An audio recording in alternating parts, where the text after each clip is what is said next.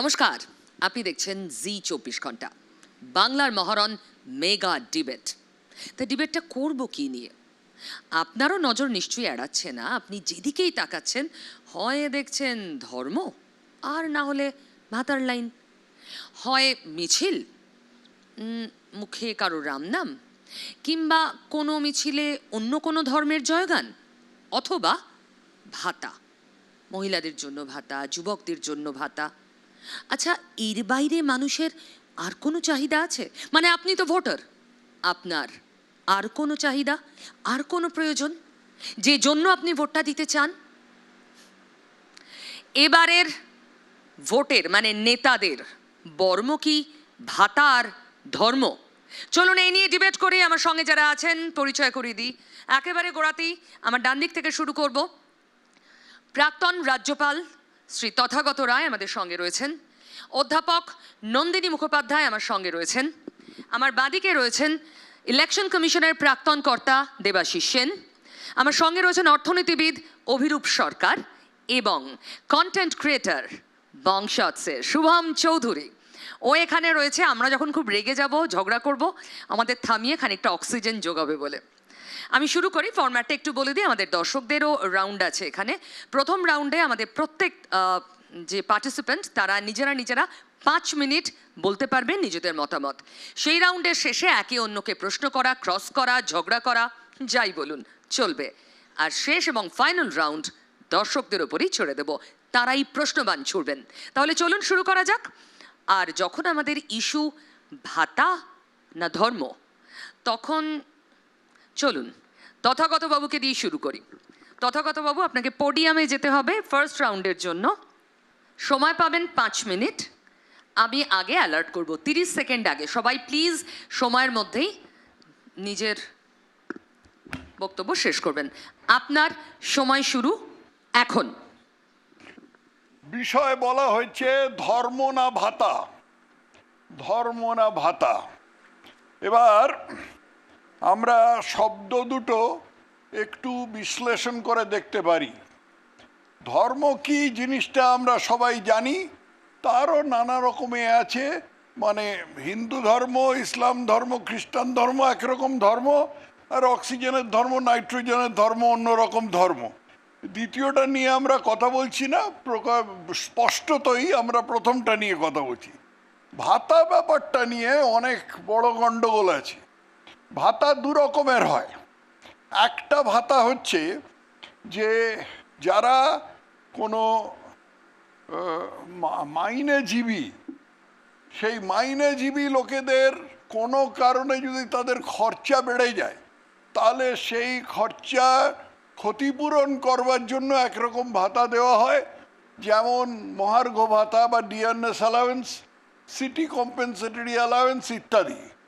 এ ভাতাটা বাস্তবে মাইনের একটা পূরক, তার বাইরে কিছু নয়। অন্যরকম ভাতাটা হচ্ছে এখন খুব নজর কেড়েছে, সেটা হলো কিছু না করে কিছু দেওয়ার ভাতা। মানে আমি কিছু করিনি কিন্তু তার পরিবর্তে যেটা পাচ্ছি সেটা সেরকম ভাতা। এটা এখন খুব নজর কেড়েছে এবং এটা এখন লোকের মুখে মুখে চলছে। এই ভাতাটা নিয়ে একটা আমার বক্তব্য আছে। এই ভাতাটা হলো একটা জিনিস, মানে আমাদের পৃথিবীর নিয়ম হচ্ছে কিছু পেতে গেলে কিছু দিতে হবে। কোনো আত্মসম্মান সম্পন্ন ব্যক্তি কখনো ভিক্ষে নিতে চাইবেন না। আজকে যেটাকে আমরা পশ্চিমবঙ্গে ভাতা বলছি, এরকম ধরনের জিনিস যদি এমন কোনো একটা দেশে চালু করার চেষ্টা করা হয় যাদের আত্মসম্মান প্রখর, যেমন জাপান, তারা সরাসরি এ ধরনের ভাতা নিতে অস্বীকার করবে, বলে কিছু করছি না, শুধু ভাতা। কিন্তু পশ্চিমবঙ্গে এটাই এখন নর্ম হয়ে দাঁড়িয়েছে, নিউ নর্মাল। কতদিন চলবে আমি জানি না, কিন্তু এরকম জিনিস যদি চলতে থাকে তাহলে এটা জাতির মেরুদণ্ড পর্যন্ত নষ্ট হয়ে যেতে পারে। আর এই হলো ভাতা।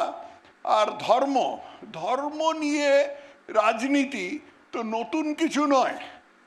পশ্চিমবঙ্গে বিশেষ করে অবিভক্ত বাংলায়, পশ্চিমবঙ্গের আগে অবিভক্ত বাংলায় ধর্ম নিয়ে রাজনীতি প্রচুর হয়েছে। ধর্ম নিয়ে দাঙ্গা হয়েছে, ধর্ম নিয়ে কাটাকাটি হয়েছে, মানুষ খুন হয়েছে। পূর্ব বাংলা থেকে 1.25 কোটির মতন, আমার হিসেবে 1.25 কোটির মতন হিন্দু উৎখাত হয়েছে শুধু ভুল ধর্মাবলম্বী হওয়ার ফলে। কিন্তু সেটা এখানে বলা বারণ, কারণ আমরা সেকুলার।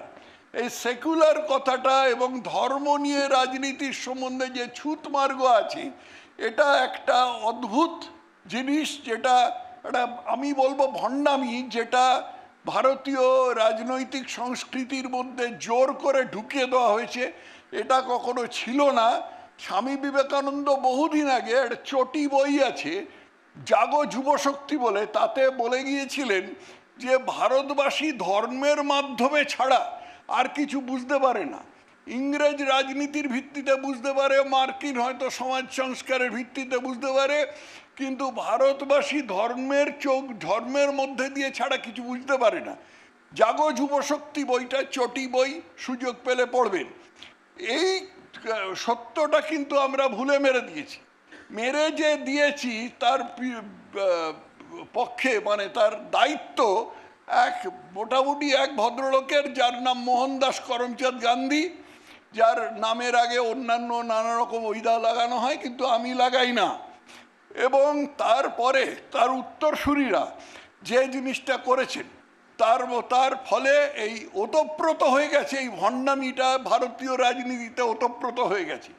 আমরা সবাই জানি ধর্মের নামে রাজনীতি করে, সব দল ধর্মের নামে রাজনীতি করে, কিন্তু কেউ বলবো না, না না আমরা ধর্ম নিরপেক্ষ, আমরা ধর্মের নামে রাজনীতি করব না। এই ভণ্ডামি, এই নোংরামিটা, এইটা যতক্ষণ না ভারতীয় মানসিকতা থেকে যাচ্ছে, ততক্ষণ একটা ক্লেন্সিং প্রসেস, একটা ধৌতি প্রক্রিয়া শেষ হবে না। এবং সেটা না হলে এই ব্যাপারটা, মানে ভারতীয় রাজনীতিটা পরিষ্কার হবে না। আমি আমার সময়ের কাছাকাছি এসে গেছি, কিন্তু তা সত্ত্বেও দু একটা কথা বলে শেষ করতে হচ্ছে। ঠিক আছে, ঘন্টা তো বাজলো, কিন্তু তা সত্ত্বেও একটা দুটো কথা বলে শেষ করতে হবে। সেটা হলো যে আমাদের সংবিধান প্রণেতারা এই যে ধর্ম নিয়ে রাজনীতি যে হতে পারে, এটা আন্দাজ করে এই তথাকথিত সেকুলারিজম কথাটা সংবিধানে ঢোকাননি।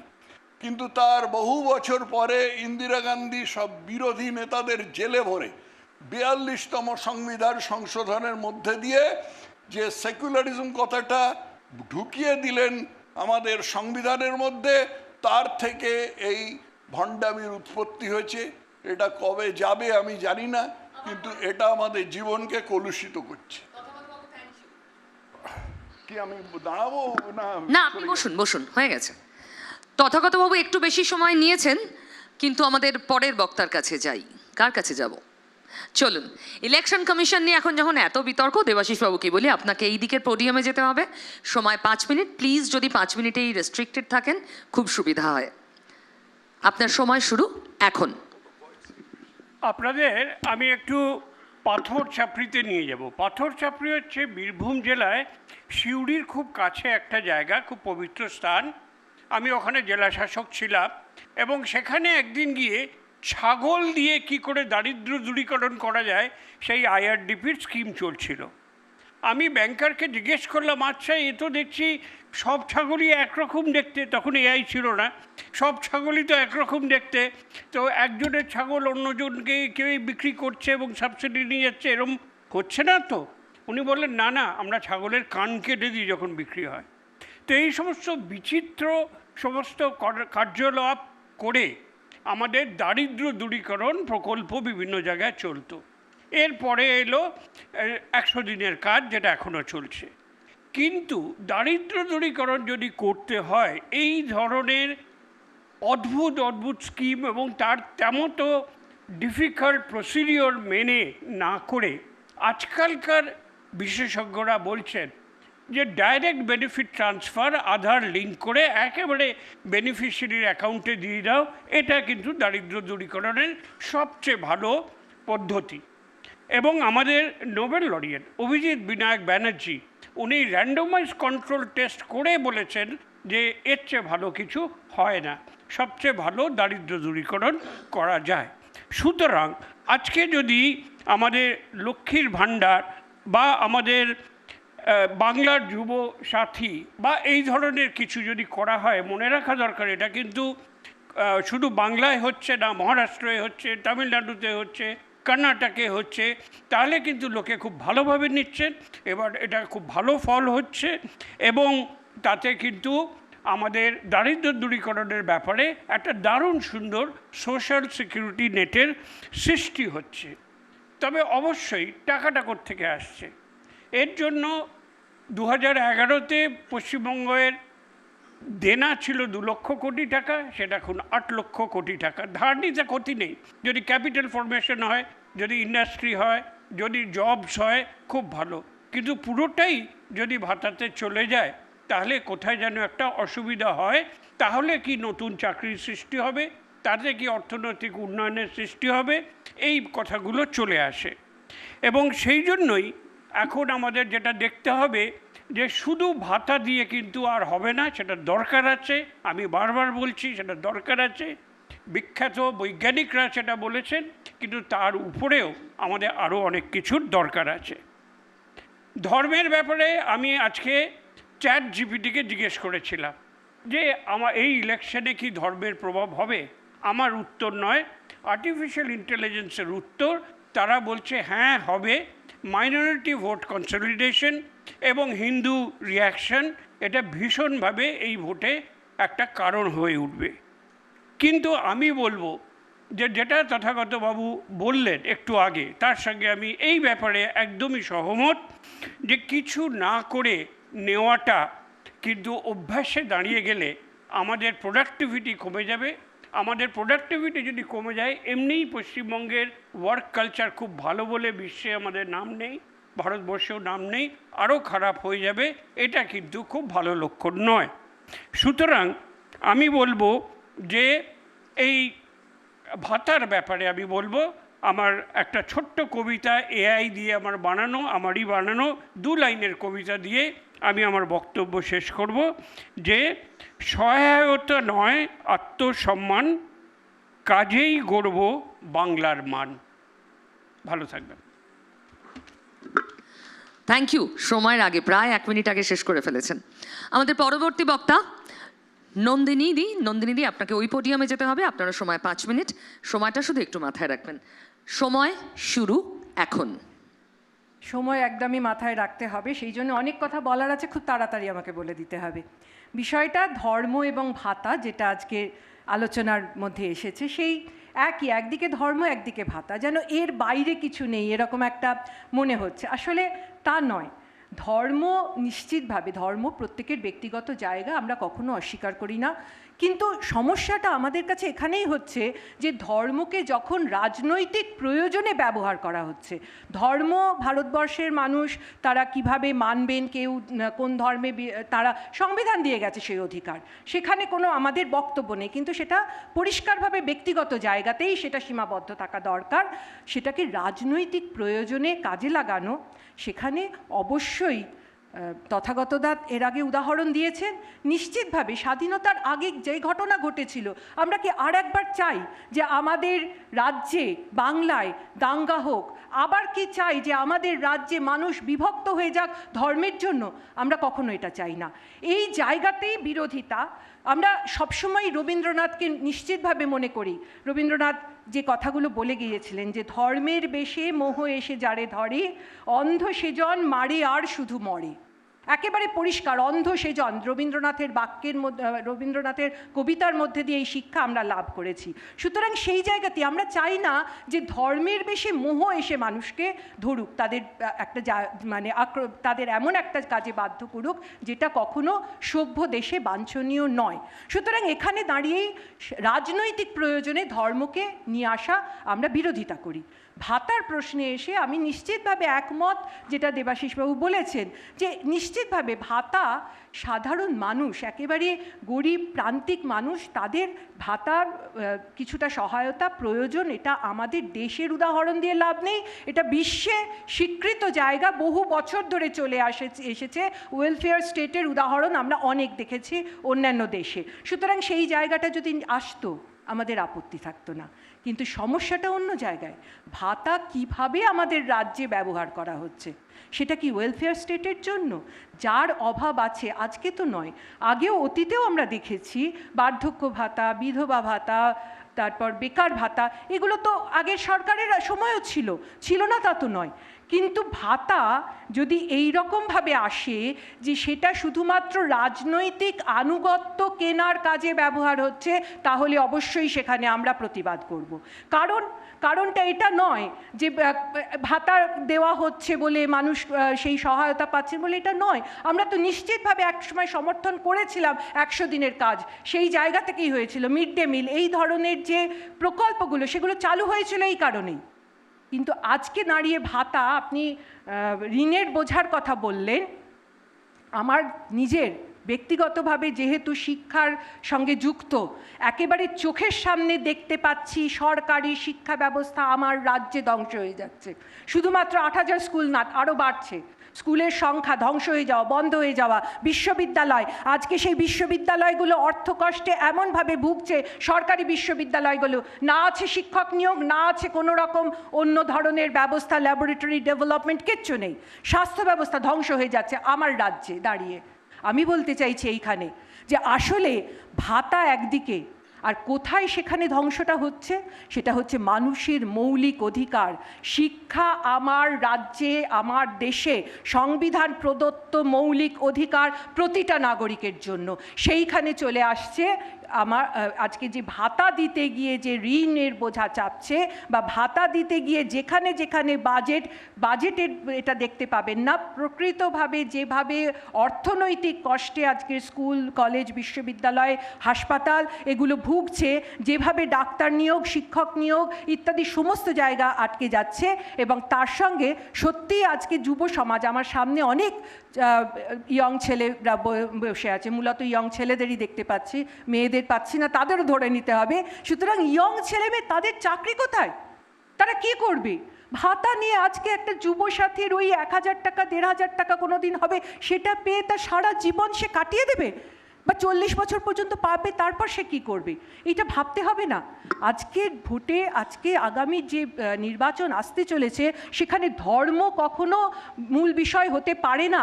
সরকার গঠিত হবে ধর্মকে রক্ষা করার জন্য নয়, সরকার গঠিত হবে শুধুমাত্র ভাতা দেওয়ার জন্য নয়, সরকার গঠিত হবে প্রত্যেকের মৌলিক অধিকার বজায় রাখার জন্য, শিক্ষা, স্বাস্থ্য, নাগরিক অধিকার, এবং তার সঙ্গে একই সঙ্গে চলবে যাতে তার জীবনের যে প্রয়োজন, জীবিকার যে প্রয়োজন, সেই প্রয়োজন যে সরকার মেটাতে পারবে, সেই সরকারের আজকে আমাদের সবচেয়ে বেশি দরকার। তাই জন্য এইটুকুই আমার সময় শেষ হয়ে গেছে বলার। হ্যাঁ, নিশ্চিতভাবে আমি একেবারেই থেমে যাচ্ছি, পরবর্তী সময় পেলে আরও কথা কিছু বলবো।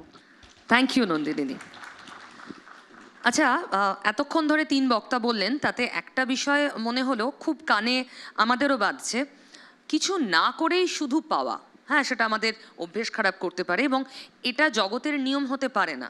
কিছু পেতে গেলে কিছু দিতে হয়। সত্যিই তো, এই ধরুন বেকার লাইনে যারা দাঁড়িয়েছেন ভাতা নেওয়ার জন্য, প্রায় 1 কোটি, সংখ্যাটা নিদেন পক্ষে 1 কোটি, এই কয়েকটা দিনের মধ্যে তারা কি কিচ্ছু দিচ্ছেন না, নাকি বিনিময় ভোটটা দেবেন সেই অলিখিত প্রতিশ্রুতিতেই ভাতাটা পাচ্ছেন? কিভাবে দেখছেন অর্থনীতিবিদ অভিরূপ সরকার? আপনার সময় শুরু হবে, আপনি বাদিকের পোডিয়ামে যাবেন। 5 মিনিট প্লিজ মাথায় রাখবেন। সময় শুরু এখন। ভাতার কথা বলি, এটা ঠিকই যে আমাদের রাজ্যে শিল্প দরকার, চাকরি দরকার। এখন যারা ভাতা নিচ্ছেন, প্রশ্ন হচ্ছে যে তারা কিছু না করেই নিচ্ছেন, এরকম একটা প্রশ্ন উঠল। তারা কিছু করতে চান না এমন তো নয়, তারা কাজ পাচ্ছেন না বলে বেকার রয়েছেন, এবং এই বেকার ভাতা দেওয়ার প্রথা সারা পৃথিবীতে আছে। এর অল্টারনেটিভটা কী ছিল? ধরুন, এই বেকার ভাতার টাকাগুলো যদি শিল্প আনতে হয়, শিল্পপতিদের একটা উৎসাহ দিতে হবে। এখন সমস্ত রাজ্যগুলোর মধ্যে একটা প্রতিযোগিতা শুরু হয়েছে, উৎসাহ না দিলে শিল্প আসবে না। এবার বড়লোক শিল্পপতিকে উৎসাহ দেবো, নাকি যারা পিছিয়ে পড়া তাদের সামান্য একটা ভাতা দেব, এই যে ট্রেড অফ, এই যে বিবেচনা, এটা সরকার করছেন, একটা নির্বাচিত সরকার করছেন, কিন্তু আসলে এই বিবেচনাটা সাধারণ মানুষের ওপরেই ছেড়ে দেওয়া হচ্ছে। যদি সাধারণ মানুষ মনে করেন যে না, আমাদের শিল্প আনতে গেলে শিল্পপতিদের উৎসাহ দিতে হবে, আর্থিক উৎসাহ, আমরা ভাতা দেব না, তাহলে তারা সেইভাবে ভোট দেবেন। কিন্তু তারা সেইভাবে ভোট দেননি। আমাদের পশ্চিমবঙ্গে একটা বাম ভাবাদর্শ বহু বছর ধরে রয়েছে এবং সেই ভাবাদর্শ অনুযায়ী আমরা ভাতাটা বন্ধ করতে পারি না। কারণ যদি শিল্প আসেও, কবে আসবে আমরা জানি না। একটা পুরো প্রজন্মকে অন্ধকারে থাকতে হবে এবং শিল্প এলেও যে সেই গরিব ঘরের ছেলেটা চাকরি পাবে তার তো কোনো স্থিরতা নেই। আজকাল শিল্প যেগুলো আসছে সেখানে চাকরি খুব সামান্য হচ্ছে, প্রফিট প্রচুর হচ্ছে, কিন্তু এমপ্লয়মেন্ট খুব কম হচ্ছে।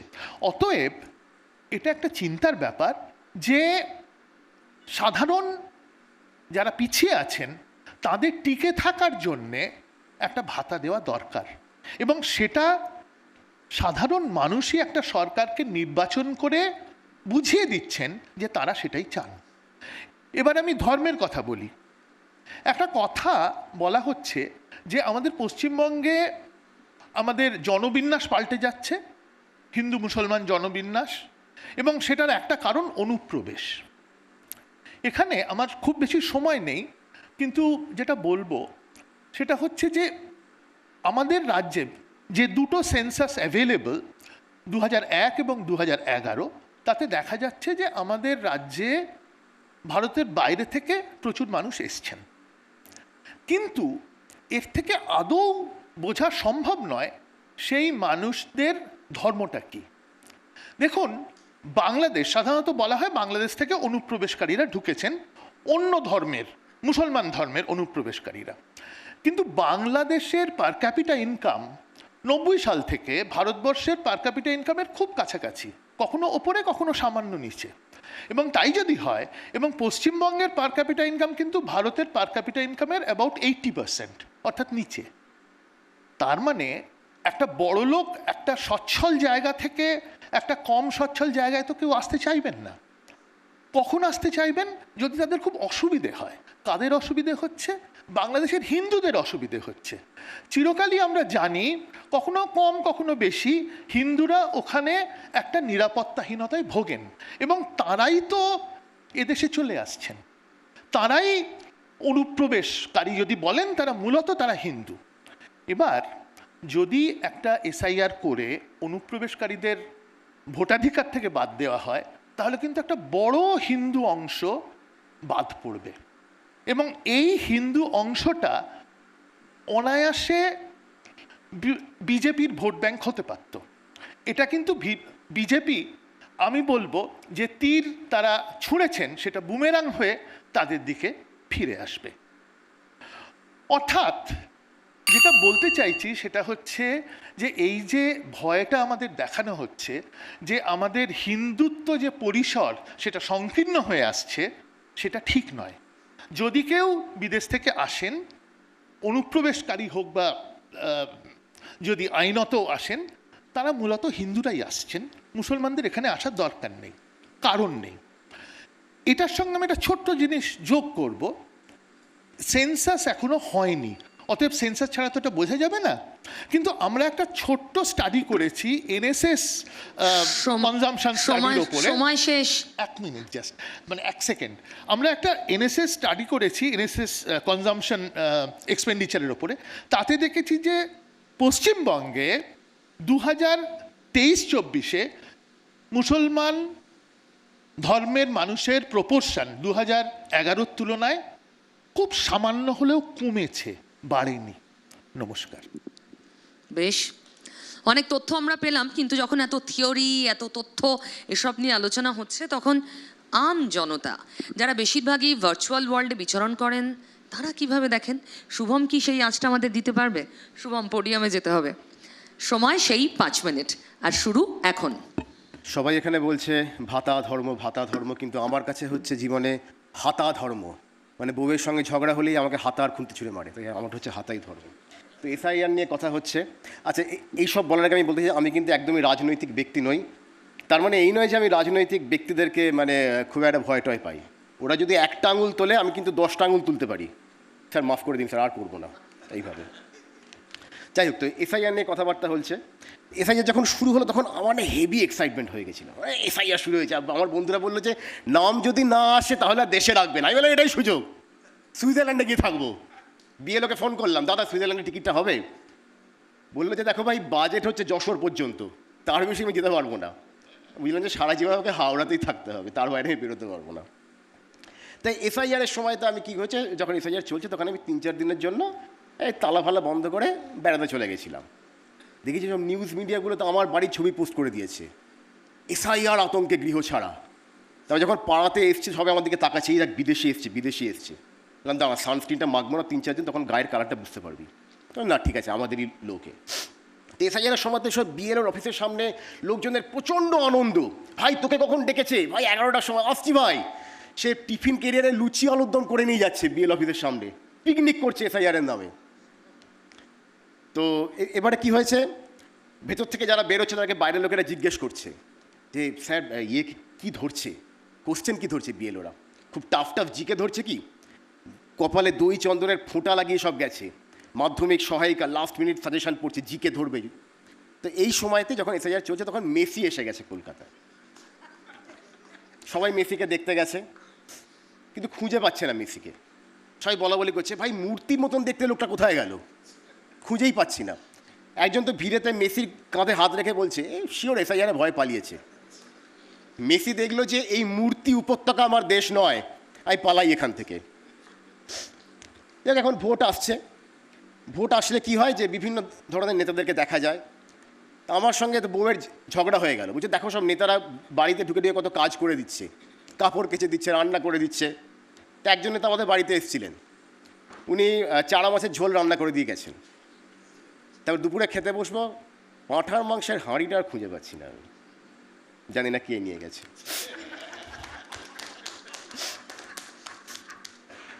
নেতারা দেখবেন ভোটের সময় খুব গরিব দেখানোর চেষ্টা করেন, যা আমার তো কিছুই নেই। একজন সাংবাদিক প্রশ্ন করেছে আপনার তো এরকম 20 কোটি টাকা আছে। আমার নয়, বউয়ের নামে। হ্যাঁ আপনার 7খানা ফ্ল্যাট আছে, আমার নয়, বউয়ের নামে। আপনার 4টে গাড়ি আছে, আমার নয়, বউয়ের নামে। বলছে দূর বসে, আপনি তো বিয়েই করেননি। বলছি উপ সরি, আমি কি নিজের বউয়ের কথা বলেছি নাকি? এইরকমভাবে চলছে। এবারে দেখে নিন, ভুলে গেছি, হ্যাঁ আমি নেতা নই তো। একজন নেতা তিনি বারবার বলেন যে আমি দলে থেকে কাজ করতে পারি না, কিছুতেই কাজ করতে পারছে না দলে থেকে। তো যাও তুমি দল ছেড়ে দাও, অন্য দলে মানে বিরোধী দলে জয়েন করেছে, সেখানে কেউ 2 দিন পরে বলছেন দলে থেকে কাজ করতে পারছি না। যে এই তো দল চেঞ্জ করলে কাজ করতে পারছো না কেন? বলছি ওটাই তো আমার লেয়ার লাগে, আমি কাজই করতে পারছি না। সেই নেতাকে আবার টিকিট দিয়ে দিয়েছে। আরেকজন নেতা এসছেন আমাদের পাড়াতে, সবাই জিজ্ঞেস করছে আপনি কী করেন কী করেন? বলছি আমি পিএইচডি। তোমার ছেলেমেয়েরা বলছে একে ভোট দেবো না। তাহলে বাবা মা বলবে যে এ ব্যাটার মতন পড়াশোনা করতে হবে, একে ভোট দেওয়া যাবে না। তখন নেতা একটুখানি হেসে বললেন পিএইচডি মানে পরোটা হালুয়া ডিমের তরকারি, ওটা আমার দোকান আছে। এবারে তিনি এবার শিওর ভোটেই জিতছেন, কিছু করার নেই আর। তো আমরা মানে এইরকমভাবে আমরা ভোটারটা খুব চালাক আর কি। আমার বাড়িতে একজন নেতা এসছেন, বাবাকে বলছেন যে কাকু ভোটটা কিন্তু আমাকেই দেবেন। যে কেন দেবো, কী করেছো তুমি? বলছে আমি আপনার ঘরের ছেলে। বাবা কান মুলে দিয়েছে। বলছে বাইকে করে এসছো, হেলমেট পরোনি কেন? ঘরের ছেলে, কিছু হয়ে গেলে কে দেখবে?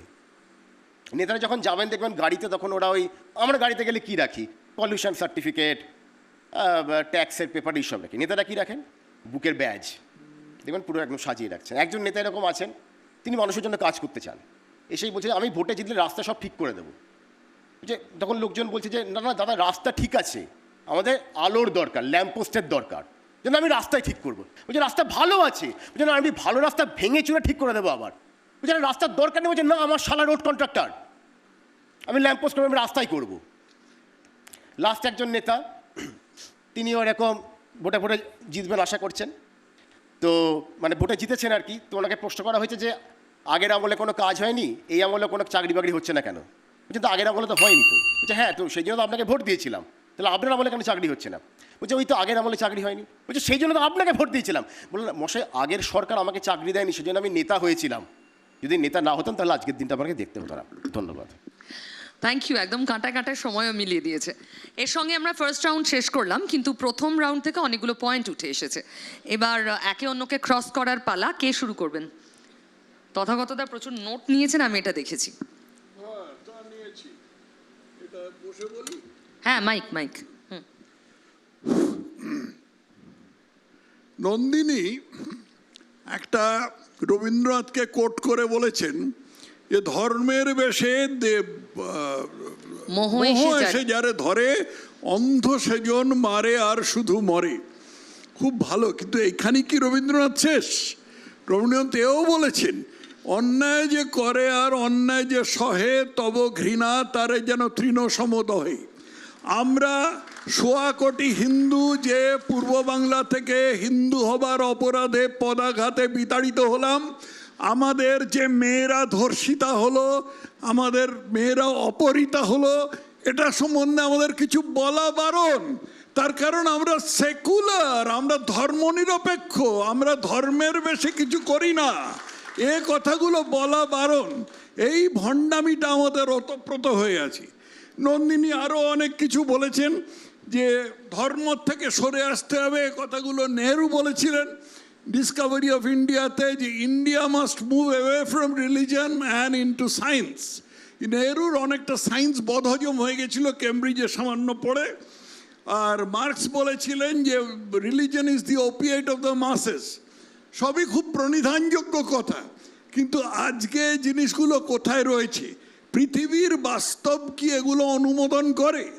আজকে পৃথিবীতে যা ঘটনা ঘটছে তা কি নেহরুর বক্তব্য বা মার্কসের বক্তব্য অনুযায়ী চলছে? তা চলছে না। কি কি ঘটছে আজকে পৃথিবীতে? যে লড়াই ঘটছে আজকে ভারতের মধ্যে, যে রাজনীতিতে এক একজনের একটা দলের সাথে আরেকটা দলের লড়াই হচ্ছে, তার মধ্যে ধর্ম ওতপ্রোত হয়ে আছে। ধর্মটা এত প্রকট কেন হচ্ছে? ধর্মটা প্রকট হচ্ছে ধর্ম কারণ পরিচয়টা ধর্মটা সবার আছে। আগে কেন প্রয়োজন? ধর্মটা আছে, ধর্মটা লুকোনো যাবে না। আমি যেটা আগেই স্বামী বিবেকানন্দকে কোট করে বলেছিলাম, যে ভারতবাসী ধর্মের মধ্যে দিয়ে ছাড়া কিছু দেখতে পায় না। ইংরেজ হয়তো রাজনীতির মধ্যে দিয়ে দেখতে পায়, অন্য কেউ অন্য কিছুর মধ্যে দিয়ে দেখতে পায়, কিন্তু ভারতবাসী ধর্মের মধ্যে দিয়ে ছাড়া দেখতে পায় না। এটা যদি সন্দেহ থাকে তাহলে না, সন্দেহ নয়, ধর্মের কোটিং এ কিছু জিনিস দিলে খুব সহজে মানুষকে বোঝানো যায়, এটা হতে পারে। সেই সুযোগে ধর্মটাকেই মুখ্য করে দেওয়া। ভুল করছো, এই কোটিংটা দেওয়াই হচ্ছে ভুল। কেন কোটিং থাকবে? পরিষ্কার কেন মুখে বলতে পারবো না যে অমুক ধর্মের লোক তমুক ধর্মের লোকের ওপর অত্যাচার করছে, তমুক ধর্মের লোক অমুক ধর্মের লোকের ওপর নির্যাতন করছে? কেন বলতে পারবো না? এই নির্যাতন অত্যাচার কি ধারাবাহিকভাবে চলছে? হ্যাঁ, চলছে তো। আজকেও বাংলাদেশে বিভৎস অত্যাচার চলছে হিন্দুদের ওপর, আমরা জানি না? অত্যাচার হলে দীপু দাসকে আগুনের ওপর জ্যান্ত সেঁকা হয়েছে। প্রশ্নটা যেহেতু আমাকে তথাগতদা সুযোগ পাবো। বাংলাদেশে হিন্দু খুন হচ্ছে, সেটা সম্বন্ধে আমাদের কোনো দায়িত্ব নেই? না, নিশ্চয়ই আছে, নিশ্চয়ই আছে। এই ভোটে আমার বাংলাদেশে হিন্দু অত্যাচারিত, সেটাকে আমি এখানে মুদ্দা কেন? আমি কি বলার সুযোগ পাবো? কেন মুদ্দা পাবো? তথাগতদা একটু আমি বলি। নন্দিনীর আমি শেষ করি, আপনি প্রশ্নের উত্তর দিই। আমি একটু শেষ করে নি।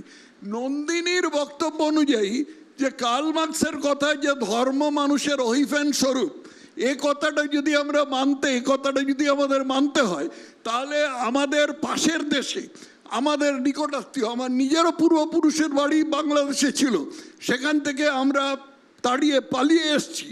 আমি না, আমাদের পূর্বপুরুষ পালিয়ে এসছেন হিন্দু হবার অপরাধে। সেটা কেন বলতে পারবো না আমরা?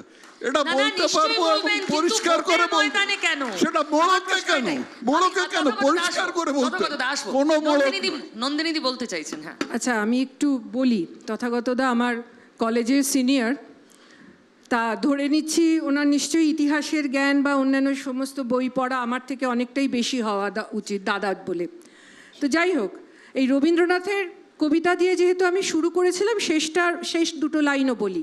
ধর্ম কারার প্রাচীরে বজ্র হানো, এ অভাগা দেশে জ্ঞানের আলোক আনো। এই দিয়ে রবীন্দ্রনাথ শেষ করেছিলেন।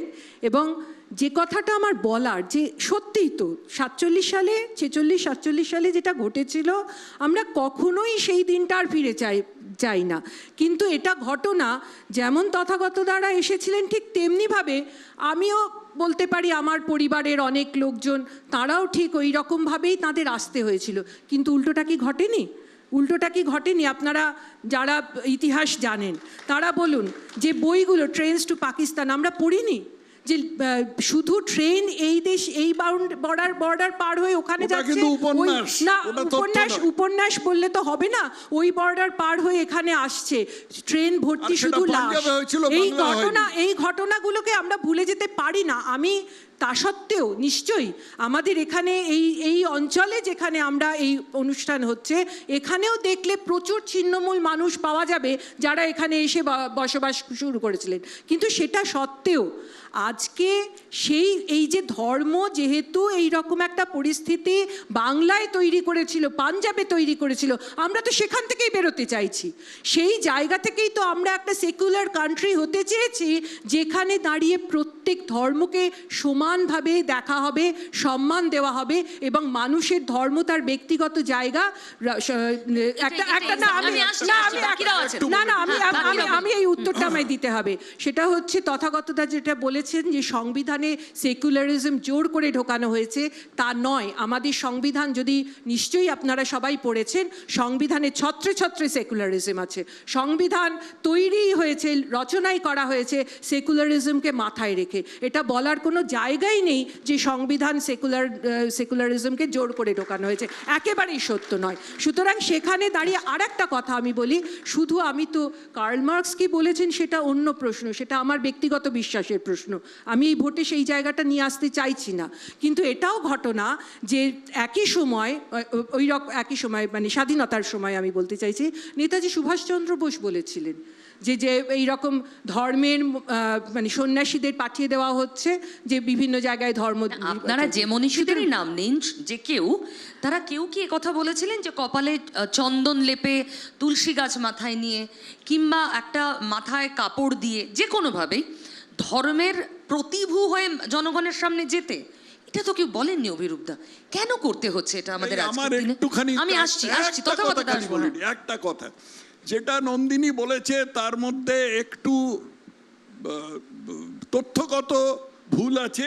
পাঞ্জাব আর বাংলার ইতিহাস এক নয়। পাঞ্জাবে সমস্ত হিন্দু শিখ পাকিস্তান থেকে ভারতে চলে এসেছিল, সমস্ত মুসলমান ভারত থেকে পাকিস্তানে চলে গিয়েছিল, কিন্তু বাংলায় একতরফা হয়েছে, শুধু হিন্দুরা এসছে, মুসলমানরা কেউ যায়নি। আসবো। একেবারেই আমার মনে হয় এটা সত্য নয়, একেবারেই আমি এটা মানে অডিয়েন্স থেকে বলছেন, আমিও এটা মনে করছি একেবারেই এটা সত্য নয়। এখান থেকে গেছে, তবে হ্যাঁ আচ্ছা, একটা কথা প্রথমে বলি যে কার্ল মার্কসের একটা ভবিষ্যৎবাণী কিন্তু ঠিক হয়নি। কার্ল মার্কস ভেবেছিলেন যে যত কনফ্লিক্ট, যত মানুষের সঙ্গে মানুষের ঝগড়াঝাঁটি, দ্বন্দ্ব, তার ভিত্তি হবে অর্থনীতি, অর্থাৎ যাদের আছে এবং যাদের নেই তাদের মধ্যে একটা কনফ্লিক্ট দেখা দেবে। যদি আমরা পৃথিবীর ইতিহাস গত 40-50 বছর ধরে দেখি, যত কনফ্লিক্ট তার বেশিরভাগেরই ভিত্তি কিন্তু ধর্ম। অর্থাৎ এখন আর আর্থিক ব্যাপারটা অতটা দরকারি নয়, ধর্মটাই যেন সমস্ত কনফ্লিক্টের গোড়া। অতএব আমরা যদি ধর্ম থেকে বেরিয়ে না আসতে পারি তাহলে কনফ্লিক্টগুলো কি করে রেজলিউশন হবে? আমাদের সেকুলারিজমের এই জন্যেই দরকার যে আমরা যদি ধর্মের ঊর্ধ্বে উঠে একটা মানবিকতার কথা না ভাবতে পারি তাহলে তো আমরা কনফ্লিক্টের মধ্যেই রয়ে যাব, তাহলে তো আমরা পরস্পরকে খুন করব, আমরা দুজনেই মরে যাব, তাতে তো পৃথিবীর কারোর কোনো লাভ হবে না। অতএব আমাদের সেকুলারিজম ভীষণ দরকার, অবশ্যই দরকার, ধর্মকে বাদ দিতে হবে। মানুষও এই ধর্মের মহান্বিত করার চেষ্টা হয়তো নেতারা করছেন, আমি মোহ শব্দটাই ব্যবহার করলাম যেহেতু রবীন্দ্রনাথের ভাষা দিয়ে শুরু হলো, এবং মানুষ মহান্বিত হচ্ছেন নাকি এটা নেতারা তো অবশ্যই এটাকে টুল হিসেবে ব্যবহার করছেন না। একটা কথা মানতেই হবে যে মানুষের আইডেন্টিটি যেটা, সেটা কিন্তু মানে ক্লাস আইডেন্টিটির থেকেও ধর্মীয় আইডেন্টিটিটা আস্তে আস্তে বেশি প্রকট হয়ে পড়েছে। কেন? এটার একটা কারণ হতে পারে আমার ক্লাস আইডেন্টিটিটা খানিকটা ভেরিয়েবল। এমন হতেই পারে আমি হয়তো একটু উন্নতি করে ওপরের ক্লাসে চলে গেলাম, কিন্তু আমি তো হিন্দু থেকে মুসলমান হয়ে যাব না। অর্থাৎ আমার ধর্মের যে আইডেন্টিটিটা সেটা মোটামুটি স্টেবল একটা জায়গা, ধরুন কিন্তু আজকে আমার ইকোনমিক আইডেন্টিটিটা মানে আমার পাল্টাতে পারে। আমার কিন্তু এই জায়গাটা একটু আমি মানে আই বেগ টু ডিফার, কারণ এই ধর্মীয় আইডেন্টিটিটা যে মানুষের কেন বেশি হয়ে যায়। ভারতবর্ষ এমন একটা দেশ যেখানে দীর্ঘ সময় ধরে ধর্মের মোহটাকে তৈরি করা হয়েছে যাতে মানুষ তার অর্থনৈতিক অবস্থানটাকে ভুলে থাকতে পারে। সেই জন্যই যে একটা সময় ব্রাহ্মণ্যবাদ যেভাবে একেবারে চেপে বসেছিল যে সাধারণ মানুষ তার কী কারণে সে দরিদ্র, কী কারণে সে মানে কেন সেই তাকে বলা হয়েছে যে তুমি গত জন্মে অপরাধ কোনো একটা কিছু করেছিলে পাপ, তাই এই জন্মে তোমাকে এই অপরাধে মানে এই রকম দুরবস্থার মধ্যে দিয়ে যেতে হচ্ছে। এইটা তো ঘটেছে। সুতরাং ধর্মীয় জায়গাটা যদি মানুষের উপর যত চেপে বসবে তত তাকে ভুলিয়ে রাখা সম্ভব হবে তার অর্থনৈতিক অবস্থাটা কি, তার যে লেখাপড়া হচ্ছে না তার কারণ যে আসলে যেটা শ্রেণী চিন্তা যেটা অভিরূপদা বললেন সেইটা নয়, অর্থাৎ তার যে সরকারি স্কুল থাকলে তার সম্ভবত পড়াশোনাটা করার সেটা সম্ভব হচ্ছে না, কারণ কোনো না কোনো অতীতের কোনো পাপ বা পূর্বজন্মের কোনো পাপ, সেই জন্য তার আজকে এই অবস্থা। এটা কিন্তু মানুষের উপর চেপে বসবে, সে ভুলে যাবে আসল শত্রুটা কে এবং কোন জায়গায় দাঁড়িয়ে তাকে অধিকারের লড়াই করতে এটা হবে। ঠিক, আমাদের এটাই তাই। দেশে ধর্ম দ্বারা প্রভাবিত বেশিরভাগ সিংহভাগ মানুষ। আমি এখানে আমারই সঙ্গে কথাবার্তার সময় দিলীপ ঘোষ, বিজেপির প্রাক্তন রাজ্য সভাপতি, খুবই প্রমিনেন্ট নেতা, তিনি এসে বললেন এবং কি অকপটভাবে বললেন, আমি সবার কাছে রিয়াকশন চাইবো এরপর, যে ধর্ম মানে না আমি তাকে পশু মনে করি। একবার শুনবো এক্স্যাক্টলি কি বলেছিলেন দিলীপ ঘোষ। ধর্ম ছাড়া আমার চলবেই না। উন্নয়ন তো করতে মানুষের গাছাচ্ছাদনের জন্য, জীবনের প্রয়োজনের জন্য করতেই হবে। সে তো পশুরও তো লাগে, খাবার লাগে না? মানুষ আর পশু নাকি? আমাদের ধর্ম বলেছে আহার নিদ্রা ভয়মৈথুনঞ্চ সামান্যম এতৎ পশুভি নারাণাম ধর্ম হি তেসাম অধিকো বিশেষ ধর্মেন হীন পশুভি সমানা। যারা ধর্ম চলবে না বলে ধর্ম মানে না তাকে আমরা পশু মনে করি। আর খোলাখুলি বলে আমাদের শাস্ত্র বলেছে, আমরা মানি এটা। দেবাশিস দা কি বলবেন এটার পর আপনি? আসছি। হ্যাঁ হ্যাঁ, মানে আমার প্রাথমিক রিয়াকশন হচ্ছে না, ধর্মটাকে এখানে এটাই না একটু বলতে দিন। আসবো আপনাদের কাছে আসবো বলুন। হ্যাঁ, ধর্মটাকে এখানে খুব সংকীর্ণভাবে ব্যাখ্যা করা হচ্ছে। প্রত্যেক মানুষের একটা ধর্ম আছে। আমার যেমন মানুষের ধর্ম আছে আমার কাছে, আমি যে ধর্মে বিশ্বাস করি তার সঙ্গে কোনো প্রাতিষ্ঠানিক ধর্মের কোনো যোগ না থাকতেই পারে। আমার নিজস্ব কিছু ভ্যালুজ আছে, সেই ভ্যালুজটাই আমার ধর্ম। সেই ভ্যালুজ যদি আমার না থাকে তাহলে নিশ্চয়ই আমি পশু। কিন্তু এখানে ধর্ম মানে যদি হিন্দু, মুসলমান, খ্রিস্টান, জু ইত্যাদি হয় তাহলে সেটাকে ভীষণ সংকীর্ণভাবে ব্যাখ্যা করা হচ্ছে। ধর্ম নিশ্চয়ই প্রত্যেক মানুষের আছে, কিন্তু সেটা আমার কাছে অন্তত মানুষের ধর্ম সব থেকে বড়। ব্যাপ্তি, ধর্ম শব্দের অর্থ, তার ব্যাপ্তি বিরাট। ধর্ম অর্থ ন্যায়ও হতে পারে, যা ধারণ করে তাই ধর্ম, যা ধারণ করে। এবার এটা যদি হয়, যিনি এরকম বহু মানুষ আমাদের সমাজে আছেন যারা সো কল্ড আমাদের প্রচলিত ধর্মে বিশ্বাস করেন না, তার ধর্ম অন্য হতেই পারে। তিনি যে ধর্মে বিশ্বাস মানে মানবিকতার ধর্ম তো ধর্ম, তিনি কোনো নির্দিষ্ট হিন্দু, মুসলিম, খ্রিস্টান ধর্মে বিশ্বাস করেন না, তিনি পশু। না, আমি দুটো ছোট ইন্টারজেকশন দেওয়া। একটা হচ্ছে সে বিখ্যাত বই ক্ল্যাশ অফ সিভিলাইজেশন, সেখানে বলছে যে সারা পৃথিবীতে ভাষা বড় কথা নয়, ইকোনমিক ডেভেলপমেন্ট বড় কথা না, সিভিলাইজেশন, এক্ষেত্রে উনি ধর্মকেই খানিকটাভাবে বলছেন, তাতেই কিন্তু পৃথিবীটা বিভক্ত হয়ে যাবে এবং তাদের মধ্যে যুদ্ধ হবে। আপনি যদি এখন ইরান, ইসরায়েল, ইউএসের যুদ্ধ দেখেন, এটাও কিন্তু দেখুন আপনাকে ধর্মটাকে আনতেই হবে, এমনকি শিয়া সুন্নি ব্যাপারও চলে আসছে। সুতরাং এটাকে আপনি কিছুতেই নেগলেক্ট করতে পারবেন না, কারণ মানব সভ্যতা মানুষ নিজে, তারপর তার পরিবার, তারপর তার নেবারহুড, তারপর তার বড় জায়গা যেটা হচ্ছে যে ইউভাল হারারি যেটা বলছেন যে স্টোরি টেলিংয়ের মাধ্যমে গড নামক একটা ফিকশনের জন্ম দিয়ে মানুষকে একত্র করার যে গল্পটা, এইটা না থাকলে মানব সভ্যতাই থাকবে না। সুতরাং আমি মোটামুটি একমত যে ধর্মকে ছাড়া যাবে না, তাহলে মানব সভ্যতাই চলে যাবে। কিন্তু এখানে যে প্রশ্নটা আপনি আজকে রেখেছেন, এই ধর্ম নিয়ে কথা হচ্ছে না, ধর্মটা কি রাজনৈতিক কারণে ব্যবহৃত হচ্ছে? আমি যাতে মসনদে থাকতে পারি, সুতরাং একদল মাইনরিটিকে ভয় দেখাও যে তুমি আমার সঙ্গে না থাকলে কিন্তু বাপু তোমাকে মেরে ফেলবে, অতএব আমাকে রানী করে রাখো। অন্য পক্ষ বলছে যে তুমি যদি আমাকে না দাও, তোমার সব চাকরি বাকরি ওরা খেয়ে নেবে, সুতরাং ওদেরকে অন্যত্র পাঠাতে হবে। এইটা কি সঠিক হচ্ছে? এইখানেই প্রশ্ন। আমার মনে হয় এইটা কিন্তু পলিটিক্সে আনাটা ঠিক নয়। আমি একটু বলি, শুভমের কাছে আমি জাস্ট একবার রিয়াকশন চাইছি। এই যে মানে ধর্মের যা গোদা বাংলা, আমরা যা বুঝতে পারছি যে লোকে ধর্মে ভুলিয়ে রাখো। মানে আমি 1,500 টাকা ভাতা, ধরো তুমি 1,500 টাকা ভাতা পেলে, আর তারপরে কোনো একটা ধর্মের স্লোগান দিতে হলো, তাতে কি খুশি থাকতে পারবে না? আরও কিছু চাই জীবনে? না, আমার মতে যদি জীবনে কিছু করতে হয় তাহলে শিক্ষা দীক্ষা, পেটের ভাত জোগাড় করতে হবে, এবং মানে সেটা সব থেকে দরকারি। আর মানুষকে উন্নতি পথে যেতে হবে, এবং সেই উন্নতিটা আসছে হচ্ছে জ্ঞান থেকে। সেটা তুমি যে ধর্মেই থাকো না কেন, তুমি যদি জ্ঞান অর্জন করতে না পারো এবং তুমি যদি নিজেকে সম্মান করতে না পারো, তাহলে কিন্তু অন্যের মুখাপেক্ষী হয়ে তুমি বেশি দিন মেরুদণ্ড সোজা রেখে থাকতে পারবে না। আমি এবার একটু বলি, এখানে অনেক তাত্ত্বিক আলোচনা হলো এবং ধর্ম মানে যে ভ্যালু সিস্টেম সেটা অভিরূপ বোঝাবার চেষ্টা করলেন। এটা যে অস্বীকার করা যায় না যে এটা সত্যি, কিন্তু আমরা কি এই ধর্মের সংজ্ঞা নিয়ে চলি? এটা কি বাস্তবানুক? বাস্তবানুক হচ্ছে যে যেটা নন্দিনী খানিকক্ষণ আগে বলেছিল, কিন্তু আধখানা বলেছিল।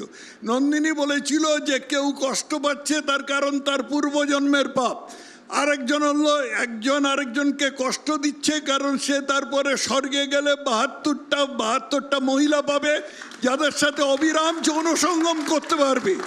এইটাই হচ্ছে বিশ্বাস, এবং এই বিশ্বাসের ভিত্তিতেই চলছে।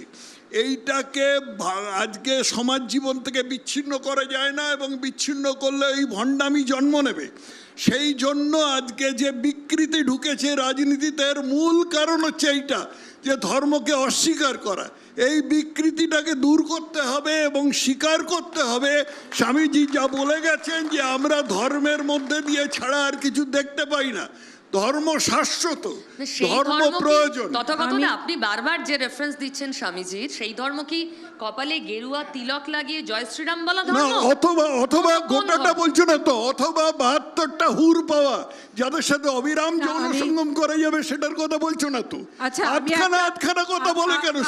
আমি একটা বলতে পারি না। বলবেন, সবাই বলবেন, একটু ওদের কাছে যাই। এক মিনিট, আমি এই উত্তরটা অন্তত দিয়ে দিই যে প্রত্যেকটা ধর্ম তার একটা নিজ নিজ জায়গায় নানা ধরনের সেখানে বক্তব্য থাকে। যেমন এটাও ঠিক যেটা তথাগতদা বললেন, এটা থাকতে পারে, কিন্তু তার সঙ্গে এটাও তো ঠিক যে একটা সময় আমাদেরই সমাজে দেখা যে কুলীন ব্রাহ্মণ 100টি মহিলাকে বিয়ে করেছে, বা তার মধ্যে অনেক বালিকা, মানে কি একেবারেই সেইটাও আছে, একেবারে বালিকা। সুতরাং সেই জায়গায় দাঁড়িয়ে এখানে সেখানে বসে নেই, কেউ বসে নেই, এটা কেউ বসে নেই, কেউ কিন্তু বসে নেই। এই যে জায়গাটা আমাদেরকে সেদিকে নিয়ে যাচ্ছে। এবার বাকি যারা আছেন তাদের কে প্রশ্ন করবেন? হ্যাঁ, আপনি বলুন। মাইকে হ্যাঁ, নাম কাকে প্রশ্ন? হ্যালো, আমি তথাগত বাবুকে প্রশ্ন করতে চাই। আমার নাম হচ্ছে চন্দ্রালী দে। আমি তথাগত বাবুকে প্রশ্ন করতে চাই, উনি ধর্মের কথা বলছেন, উনি অনেক শ্রদ্ধেয় মানুষ। আমি ওনাকে প্রশ্ন করতে চাই ধর্ম মানে কি, আমরা ধর্ম বলতে কি বুঝি? আর উনি বারবার বিবেকানন্দকে যে কোট করছেন, বিবেকানন্দ কিন্তু বলেছিলেন, এই তুই কোথায় যাচ্ছিস? মন্দিরে যা, খেলার মাঠে গিয়ে খেলতে যা। খেলার মাঠে গিয়ে খেললে শরীর চর্চা বেশ, হবে। আপনার প্রশ্নটা কি ধর্ম মানে কি জানতে চাই? ধর্ম মানে কি? বেশ, তথাগত। আমি শুরুতেই বলেছিলাম, আমার বক্তব্যের শুরুতেই বলেছিলাম যে ধর্ম দুরকম হয়। একটা হচ্ছে মানুষের ধর্ম, হিন্দুত্ব, ইসলাম, খ্রিস্টিয়ানিটি ইত্যাদি। আর একটা হচ্ছে অক্সিজেনের একরকম ধর্ম, নাইট্রোজেনের একরকম ধর্ম, এটা আলাদা ধর্ম। আমরা এখানে যে ধর্ম নিয়ে আলোচনা করছি সেই ধর্মটা হচ্ছে প্রথমোক্ত ধর্ম, এবং সেই ধর্মটা আমরা জীবন থেকে বাদ দিতে চেষ্টা করছি বলেই আমাদের সমাজ জীবনে বিকৃতি ঢুকেছে। এটাকে পরিষ্কার করে দিতে হবে, এই ভণ্ডামিটাকে আমাদের তাড়াতে হবে। বেশ, আবার পরের প্রশ্ন। হ্যাঁ, আপনি সবার কাছে যাব, যারা যারা প্রশ্ন করতে চান। হ্যাঁ, ধর্ম নিয়ে আমরা অনেক কথা শুনলাম। কাকে প্রশ্ন? আপনার নাম? নন্দিনীদির কাছে আমার প্রশ্ন আছে। আমার নাম ধ্রুব মজুমদার। ধর্ম নিয়ে আমরা অনেক কথা শুনলাম, কিন্তু কমিউনিস্টদের মধ্যে আমরা এটা খুব ভালোভাবে দেখেছি যে একজন ব্রাহ্মণ ধর্মতলায় দাঁড়িয়ে গরুর মাংস খেতে পারেন, কিন্তু তার পাশে দাঁড়িয়ে থাকা আর একজন, তার প্লেটে কেন শুয়োরের মাংস থাকে না? এইটা একটা বড় প্রশ্ন থেকে যাবে কমিউনিস্টদের কাছে। আচ্ছা, আমি আমি আমি উত্তরটা দিই যে আরে এই- প্রশ্ন করেছেন, উত্তর শুনুন। দেখুন, আস্তে আস্তে আস্তে। আমি উত্তরটা দিই যে প্রথম কথা হচ্ছে যিনি এই অ্যাকশনটা নিয়েছিলেন, আপনি যদি হিন্দু শাস্ত্র পড়ে থাকেন তাহলে দেখবেন অতীতে আমাদের উপনিষদে আছে, আমি বলছি উপনিষদে আছে, অন্যান্য জায়গাতেও আছে যে গরুর মাংস খাওয়াটা কোনো আরে আস্তে, হিন্দু ধর্মের বাইরে আস্তে। নয়। আমি বলি গরুর মাংস খাওয়াটা কোনো হিন্দু ধর্মের বাইরে না, এবং শুকরের মাংস খাওয়াটাও হিন্দু ধর্মের প্রশ্ন বাইরে করেছেন, নয়। উত্তরটা শুনবেন তো। শুকরের মাংস খাওয়াটাও দাদা, হিন্দু বসুন। ধর্মের বাইরে নয়। বসুন, যদি কোনো ব্যক্তি, আপনি শুনুন, দাদা বসুন। না ঠিক আছে, উত্তর শুনুন, যদি কোনো ব্যক্তি গরু, শূকর বা অন্যান্য কোনো মাংস খেতে চান, তার খাদ্যাভ্যাসের ওপর কিন্তু আমাদের কমিউনিস্টদের কোনো আপত্তি নেই।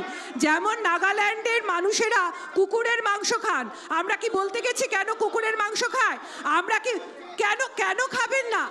যে ব্যক্তির কথা আপনি যে ব্যক্তির কথা বলছেন, দাদা, আপনি কি প্রশ্নটা জানেন বোঝা যে গেছে? তিনি উত্তরটা খেয়েছেন শুনুন। কি খাননি? তিনি খেয়েছেন কি খাননি? সুতরাং আমাদের পরিষ্কার বক্তব্য হচ্ছে গরুর মাংস, শূকরের মাংস বা যে কোনো ধরনের খাবার, এমনকি যিনি মাংস খেতে চান না, কোনোটাতেই আমাদের আপত্তি নেই, সেটা তার খাদ্যাভ্যাস, তাকে সেটা খেতে দিতে হবে। উত্তর পেলেন কি? এখানে কিন্তু উত্তর কোনো পেলেন জোরের কি? ব্যাপার নেই। এক মিনিট, যেমন আমি আপনাকে বলবো না, এক মিনিট, যেমন এখানে তথাগতদা খুশি হয়েছেন, বলছেন উত্তর পেলেন কি? আচ্ছা, পরের প্রশ্ন।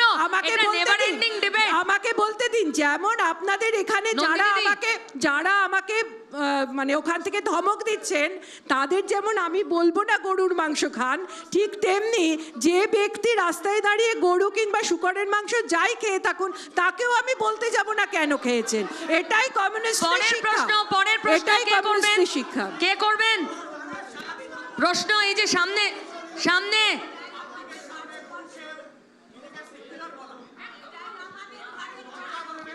কাকে প্রশ্ন? নাম বলুন, কাকে প্রশ্ন? বসুন। আমি সম্মানীয় তথাগত বাবুকে প্রশ্ন করতে চাই। একটু জোরে, আপনার থেকে আপনার পিছনের গলার জোর আমি বেশি। সম্মানীয় তথাগত বাবুকে প্রশ্ন করতে চাই যে নন্দিনী ম্যাডাম একটা কথা দিয়ে শুরু করেছেন যে আমরা দাঙ্গা চাই না, আমরাও কিন্তু গুজরাটের মতো দাঙ্গা চাই না। কিন্তু আমার প্রশ্নটাই যে আপনি বিবেকানন্দর মতো মনীষীর কথা বলছেন, যে বিবেকানন্দ মনীষী শিকাগো শহরে হিন্দু ধর্ম নিয়ে সম্মেলনে বলতে গিয়ে বলেছিলেন যে অন্য ধর্মকে সম্মান জানানোটা হচ্ছেই আমার ধর্মের মূল ধর্ম, অর্থাৎ হিন্দু ধর্ম।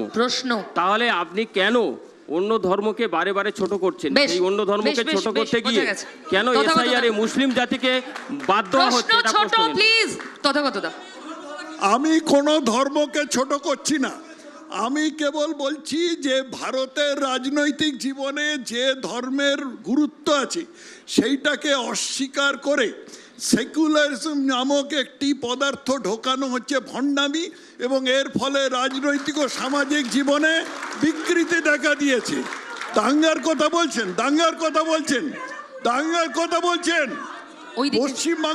পশ্চিমবাংলায় 2011 সাল থেকে দাঙ্গা হয়েছে। নলিয়াখালী, কালিয়াচক, বাদুড়িয়া, রানীগঞ্জ, বেলডাঙ্গা, ধুলাগড়ি, এতগুলো দাঙ্গা হয়েছে, আরো ছোটখাটো দাঙ্গা অনেক হয়েছে। দাঙ্গার কোনো অভাব নেই, দাঙ্গা হবেই, দাঙ্গা হবেই। কি বলছেন? তাহলে চিন্তা করে দেখুন, যে এই 8 দেবাশিস দা, লাখের মতো মানুষ মারা যাবে। react করবেন? বলছেন দাঙ্গার অভাব নেই, ছোটখাটো আরো হবে। না এইটা আমরা মানতে পারবো না। আর- দাঙ্গা হবেই, এটা কিছুতেই সভ্য সমাজে হতে পারে না, হতে দেব না। এটা কিছুতেই মানা যায় না যে দাঙ্গা যেভাবে- হবে, লোকের ডিফারেন্স থাকবে, কিন্তু এটা আমাদের শক্ত হাতে দমন করতে হবে, করা হয়েছে এবং আরও করা হবে। আচ্ছা, এখানে একটা অকারণ সাংস্কৃতিক এবং ধর্মীয় নিরাপত্তাহীনতা আমাদের মনে ঢুকিয়ে দেওয়া হচ্ছে। আরে শুনুন প্লিজ, বসুন। হ্যাঁ, অভিরূপ দা। হ্যাঁ, এখানে আমরা সংখ্যাগুরু হিন্দুরা, মানে আমি তো হিন্দু নিশ্চয়ই, এই হিন্দুদের মনে একটা অকারণ সাংস্কৃতিক এবং ধর্মীয় নিরাপত্তাহীনতা ঢুকিয়ে দেওয়া হচ্ছে। হিন্দুরা কোনোভাবে কিন্তু নিরাপত্তাহীনতায় ভোগার কোনো কারণ নেই, আচ্ছা, এটা এখানে কতজন সম্পূর্ণ হিন্দু আছেন? রাজনৈতিক উদ্দেশ্যে ব্যবহার করা হচ্ছে। আপনারা কি ভয়ে ভীত, নিরাপদ নন মনে করছেন? নিরাপদ নন মনে করেন? ভয় করছে? এটা অমূলক ভয় ঢোকানো হচ্ছে, হিন্দুরা আসলে নিরাপদ বলছেন অভিরূপ দা। এই ভয়টা রাজনীতিকরণের একটা অঙ্গ। আচ্ছা, এইসব শোনার পর শুভমের কিছু মনে হচ্ছে? এই আপনারা মানে রাত্রিবেলাতে ঘুম হয় আপনাদের? এত চেঁচাচ্ছেন কেমন করে? হ্যাঁ, না মানে সে ঠিক আছে, কিন্তু মানে এরকম ঝগড়া ফগড়া করবেন না। মানে এরপরে বাড়ি যাবেন সব হাত ধরে যাবেন, কিন্তু যে যার বিরুদ্ধে চেঁচেছে তারা সব হাত ধরে যাবেন। হ্যাঁ, সবাই যেন ভাই বোনের মতন থাকবেন, প্লিজ ঝগড়া করবেন না। হ্যাঁ, এখানে ঠান্ডা মাথা থাকুন আপনারা। আচ্ছা, আপনি ব্ল্যাক শার্ট। হ্যাঁ, আমি কাকে প্রশ্ন? কাকে? উঠে দাঁড়িয়ে নিজের নাম, কাকে আমার প্রশ্ন? নাম রাজর্ষি রে। আমার 3টে রাজনৈতিক দলের ব্যক্তিত্বের কাছেই প্রশ্ন। এখানে কোনো রাজনৈতিক দলের 3 জন কখনো লড়েছেন? হ্যাঁ, মাই ব্যাড। তো প্রশ্নটা হচ্ছে, আমরা ধর্ম ওর ভাতার বাইরে গিয়ে শিক্ষা, স্বাস্থ্য এবং কর্মসংস্থান নিয়ে কিছু আলোচনা কিংবা কিছু মানে রাখতে পারি। প্রশ্নটা কাকে অ্যাকচুয়ালি? প্রশ্নটা 3 জনকে, নন্দিনী ম্যাডাম, তথাগত স্যার আর মিস্টার অভিরূপ সরকারকে। আর মিস্টার সেনকে আমার প্রশ্ন, যে উনি বললেন যে ধর্ম ছাড়া এগোনো যায় না। যখন আমরা মানে লৌহপ্রস্তর যুগে ছিলাম, মানুষ যখন গোষ্ঠী হিসাবে থাকতো, তখন সেখানে ধর্ম তো ছিল না। তার উত্তরটা আপনার থেকে আমি আশা করছি। আচ্ছা, তাই এটা দিয়ে শুরু করি। 3 জন বলার আগে, হ্যাঁ, 3 জন বলার আগে আপনাকে বলি যে আপনি মন দিয়ে শুনেছেন, তাই ভালো লাগলো। 2 নম্বর হচ্ছে যে তখনও ধর্ম ছিল, স্টোরি টেলিংয়ের মাধ্যমে তখন ওই প্রস্তর যুগে এঁকে টেকে তখন যাকে বলা হয় অ্যানিম্যাল গড ছিল, ট্রি গড ছিল। একটা কিছু সিম্বল না থাকলে মানুষকে ধরে রাখা যায় না। পরিবারের বাইরে ট্রাইবাল মেন্টালিটি এটা রাখতে হয়, তখনও ছিল। কিন্তু অন্য প্রশ্নগুলোর উত্তর হ্যাঁ, নন্দিনীদি হাত তুলেছেন। আমি অবশ্য ওনার প্রথম প্রশ্নের চেয়ে দ্বিতীয় প্রশ্নের উত্তরটা আগে দিতে চাইছি, কারণ প্রথম প্রশ্নটা কিন্তু আমি যথেষ্ট আমার বক্তব্যের সময় বলেছি যে ধর্ম বা ভাতা নয়, আজকের রাজনৈতিক আগামী নির্বাচনে যে স্লোগানগুলো আসা উচিত সেটা হচ্ছে শিক্ষা, স্বাস্থ্য, কর্মসংস্থান। এইটা একেবারে পরিষ্কার আমার বক্তব্য। কিন্তু ধর্মের কথায় আমি এই জায়গাটা, যদিও দেবাশিসবাবু বললেন, কিন্তু আমি আবার এখানে একটু মানে আমার ওপিনিয়নটা আলাদা। তার কারণ এটা ঘটনা, মানুষ যখন শুরু একেবারে আদিম সমাজে, সেখানে তো ধর্ম ছিল না। মানুষ ধীরে ধীরে যখন প্রকৃতিকে বুঝতে পারলো না, যে কেন বৃষ্টি হয়, কেন রোদ সূর্য ওঠে ইত্যাদি জায়গা থেকে আমরা যে কারণে জানি যে প্রকৃতি থেকে আস্তে আস্তে দেবতার কল্পনাটা এলো। কিন্তু আমার যেটা বলার, যে কথাটাই এতটা আলোচনার মধ্যে, যে দেখুন ধর্ম না থাকলে আমাদের সমাজে সবচেয়ে বড় যে জায়গাটা বা ধর্ম যে জায়গাটা তৈরি করেছে, এটা বলাটা সবচেয়ে দরকার, যে সবসময় ধর্ম কিন্তু রাজার হাতের অস্ত্র হয়েছে। রাজা সবসময়, সমস্ত সময়, আজকে আমরা হিন্দুদের দুরবস্থার কথা ভাবছি, আমরা ভুলে গেছি যে বৌদ্ধদের কি পরিস্থিতি হয়েছিল যখন শশাঙ্ক এই বাংলার রাজা হয়েছিলেন। সমস্ত বৌদ্ধ স্তূপ থেকে শুরু করে ভেঙে দেওয়া, বৌদ্ধদের হত্যা করা, এই ঘটনাটা ঘটেছিল। আমরা অজাতশত্রুর গল্প সকলেই জানি। সুতরাং ধর্ম আসলে যা আজকে যেমনভাবে তথাগত দ্বারা রাজনৈতিক স্বার্থে ধর্মকে ব্যবহার করতে চাইছেন, ঠিক তেমনিভাবে যুগ যুগ ধরে আমরা দেখে এসেছি ধর্ম রাজার হাতের অস্ত্র, এবং সেই জায়গা থেকেই আমাদের এখানে প্রতিরোধ। তথাগতবাবুর কাছে যাই। আমি টোটালি আমি একটু সমর্থন বলি। করছি হ্যাঁ, নন্দিনী বলবেন তো, ম্যাডামকে। বলবেন হ্যাঁ। অভিরূপ শেষ করুন। আমি প্রথম প্রশ্নটার উত্তর দিই। দেখুন, শিক্ষা, কর্মসংস্থান এগুলো তো অত্যন্ত ফান্ডামেন্টাল ব্যাপার, এ নিয়ে তো কোনো প্রশ্নই উঠতে পারে না। সমস্যাটা হচ্ছে যদি কর্মসংস্থানের সম্ভাবনা কম হয় তাহলে মানুষ ভাবে যে আমি লেখাপড়া শিখে কী করব।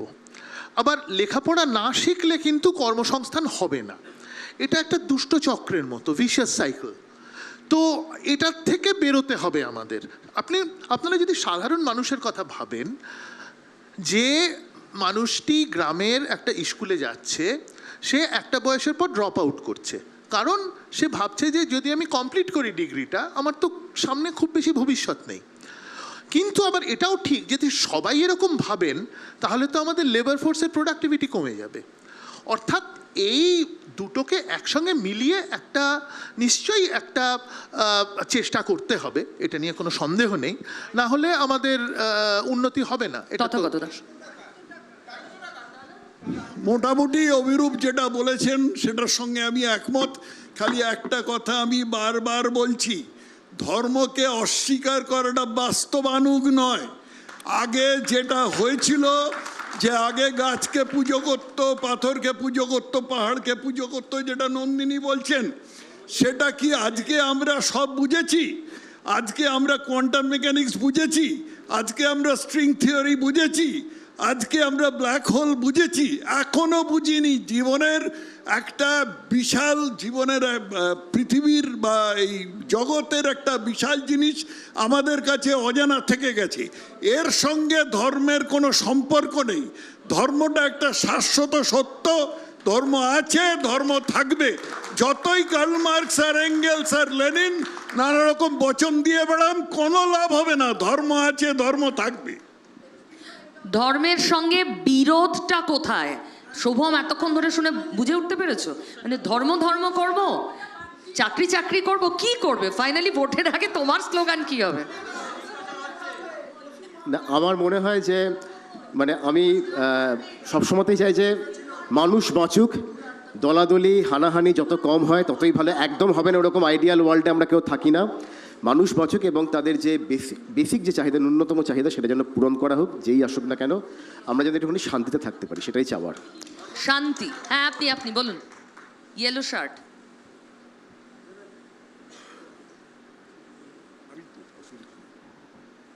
আমার একটু কনফিউজ হয়ে গেছে। দাঙ্গা নিয়ে আপনারা অনেকে বললেন অনেক কথা, কিন্তু কেউ দাঙ্গা দেখেননি। আমি দেখেছি 64-এর রায়টে আমার বাড়ি পুড়িয়ে দেওয়া হয়েছে, আমি দেখেছি। কিন্তু আবার এটাও দেখেছি, আমি স্কুলে পড়ি 62 সালে আসাম থেকে কীভাবে মুসলিমরা বিতাড়িত হয়ে বাঙাল খেদা আন্দোলনে মুসলিমরা বিতাড়িত বাংলাদেশে গেছে, এটাও দেখেছি। তখন আমি স্কুলে পড়ি। সুতরাং আসামে তো বাঙালি যারা, তারা অনেকে হিন্দু, তারাও তো সেই কীভাবে তাদেরকে খুন করা হয়েছিল, তাদেরকে মানে সবাই জানেন আপনারা। সুতরাং দাঙ্গা আর হোক, এটা কেউ চাইবেন না, দয়া করে। দাঙ্গা চাই না, দাঙ্গা চাই, প্লিজ প্লিজ প্লিজ প্লিজ। এক, দুই হচ্ছে ধর্মের কেন্দ্র করে সোভিয়েত রাশিয়াও ভেঙেছে, যুগোস্লাভিয়াকেও ভেঙেছে, কিন্তু আবার পৃথিবীতে অন্তত দুটো দেশ এখন ডিক্লেয়ার করেছে তারা কোনো ধর্মীয় দেশ নয়, তারা এথিক্স, তারা কোনো ধর্ম তারা নেই তাদের।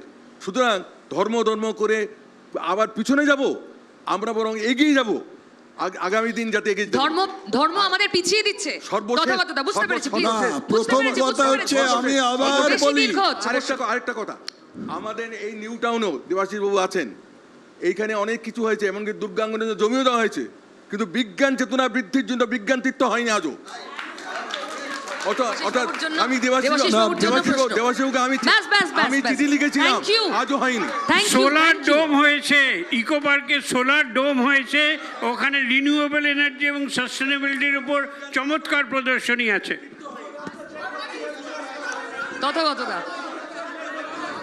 না, আপনারা বলে নিন, তারপরে আমি বলছি। প্লিজ বলতে দিন, সময় আবার বলছি বাবা, প্রশ্নের পুরো ধামাকা। প্রশ্ন করেছেন তো, উত্তর নিতে হবে তো। শুনুন প্লিজ, শুনুন তথাগতদা সংক্ষেপে প্লিজ থামুন, প্রশ্নটা শুনুন তথাগতদা। আমি যে কথাটা বলেছিলাম, আরে নিজেরা ঝগড়া করলে কি করে হবে? গেস্টরা এত ঝগড়া করছে না, নিচে যত হচ্ছে। প্লিজ প্লিজ, হ্যাঁ বলুন বলুন বলুন। আমি যে কথাটা বলেছিলাম, কি মুশকিল? আরে থামুন নান্টু, প্লিজ থামাও। আরে শেষ হবে না তো, বলুন। হ্যাঁ না না, ভালো। এই যে উত্তেজনা সৃষ্টি হয়েছে, এর মানে হচ্ছে এই যে মানুষের মনের মধ্যে এই প্রশ্নটা আলোড়িত হচ্ছে, এবং এই আলোড়িত হওয়াই উচিত। কারণ যে ভণ্ডামির, আস্তে, আরে আস্তে আস্তে, ঝগড়া করে সময় চলে যাচ্ছে। প্লিজ দাদা, প্লিজ বলুন। না, এই প্রশ্নটা যে মানুষের মনের মধ্যে আলোড়িত হচ্ছে, এইটা একটা ভালো লক্ষণ। কারণ মানুষ এই নিয়ে চিন্তা করছেন। ধর্মকে বাদ দেওয়া যাবে না, সেটা বাস্তবানুগ নয়। আমি যে একবার বলেছিলাম যে দাঙ্গা হবেই, তার বাকিটা হচ্ছে দাঙ্গা হলে দাঙ্গা দমন করতে হবে। এর দিকে তাকিয়ে এর দাঙ্গা আমি বাদ দিয়ে দেবো আর ওর দাঙ্গা আমি দমন করবো, এরকম হবে না। বেলডাঙ্গার দাঙ্গা চলুক না, তাতে কিছু এসে যায় না। কিন্তু অন্য জায়গায় গুজরাট আরে নিয়ে চিৎকার করে আকাশ ফাটিয়ে দিতে হবে, চলবে না। সমদৃষ্টিতে দেখতে হবে দাঙ্গা ব্যাপারটা, সমদৃষ্টিতে দেখতে হবে। সব ধর্মকে সমদৃষ্টিতে দেখতে হবে। আচ্ছা, সব ধর্মকে সমদৃষ্টিতে দেখতে হবে। আমি তথাগতদাকে এইটাই প্রশ্ন করছি, নন্দিনী বলছেন, সমদৃষ্টিতে দেখছেন? যখন নন্দিনী বলছেন, আমার প্রশ্ন, যখন নন্দিনী তথাগতদা বলছেন, আমার প্রশ্ন, আপনি কি সমদৃষ্টিতে দেখছেন? হ্যাঁ, তুমি দেখছো না। আমি কারণ কোথায় তুমি দেখছি না? দেখছো না, কারণ তুমি আমার কাছে যখন তো- উদাহরণ আমি দিচ্ছ, কোথায় দেখছি না? তুমি আমি তো দেখছি না, দেখছো না। তুমি যখন আমি তো উদাহরণ দিচ্ছ, তখন হিন্দুরা বৌদ্ধদের উপর কত অত্যাচার করেছে, খালি আচ্ছা, সেটাই বলে গেলে।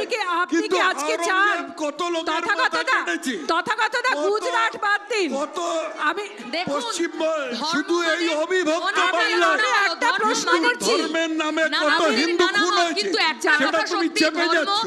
সহিষ্ণুতা শেখায় না, স্টেজে না নিচে কোথাও তো আমি সহিষ্ণুতার কোনো লক্ষণ দেখতে পাচ্ছি না।